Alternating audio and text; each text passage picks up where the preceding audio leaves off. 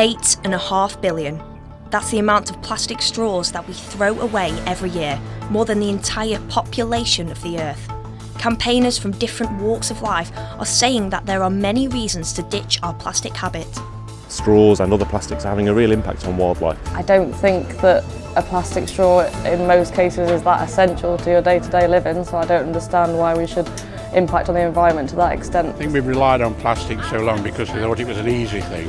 If we tried to not use straws as a school, we might save about 7,200 straws a year.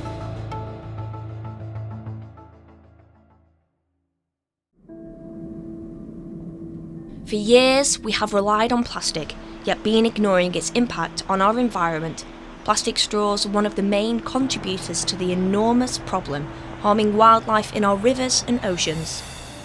Straws and other plastics are having a real impact on wildlife. It's a simple switch. One of the pub chains I use has switched to paper straws. A couple of them have actually. The things we do every day do have an impact, not just locally but also globally. So just think about your decisions each day. Think and look for measures you can take that don't impact on your life too heavily but can make a real difference. A recent study has suggested that urban rivers are actually playing more of a role than we perhaps thought of washing microplastics out to sea. So it is a responsibility on us all to either reduce our use of plastics ourselves or hold companies to account to try and encourage them to either use different materials or make it easier to recycle and reuse materials so they don't end up in our watercourses and ultimately in our oceans. Plastic straws have been making headlines in national papers and within the government. Nottingham City Council want to work with Downing Street to reduce waste. It's obviously something that no one even thought about for years. Plastic was invented and we've got to the end of plastic.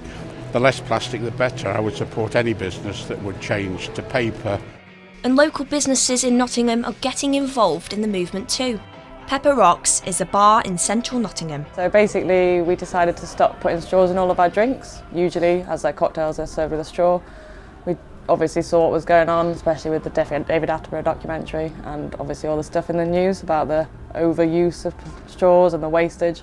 So we decided to stop doing it. People can still request straws or have them in their drinks, especially if they need them, but we're trying to encourage people to use less and reuse the ones they have. I don't think that a plastic straw in most cases is that essential to your day-to-day living, so I don't understand why we should impact on the environment to that extent for something that is kind of just a bit of a luxury really. So we got in some metal straws to sell behind the bar. 50p of each of them goes to charity, just like the Nottingham local wildlife charity.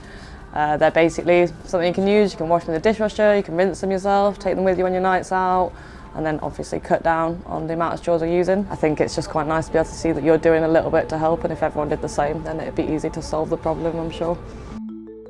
Due to their size, plastic straws cannot be recycled. So all the recyclables from the county come to this facility and the plastics will go down our containers line. Before this process here, the smaller items of plastic such as bottle tops and plastic straws will be sorted by our fine screen.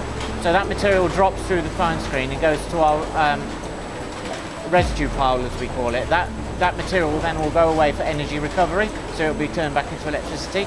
According to officials, we need to change our attitudes, and the first step is teaching this within schools.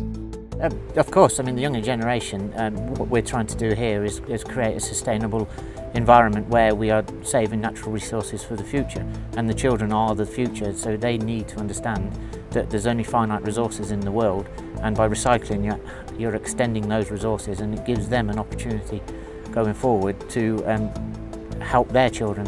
Also, children are very good at pestering their parents into doing the right things, so it's key that we get to the school children.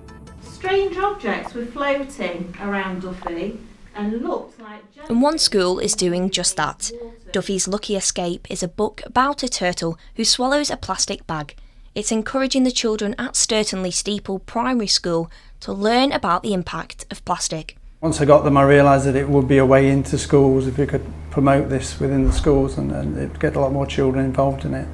So I decided to try and get some funding for it, and I managed to, up until count, we've got 60 schools that have been able to give these books to.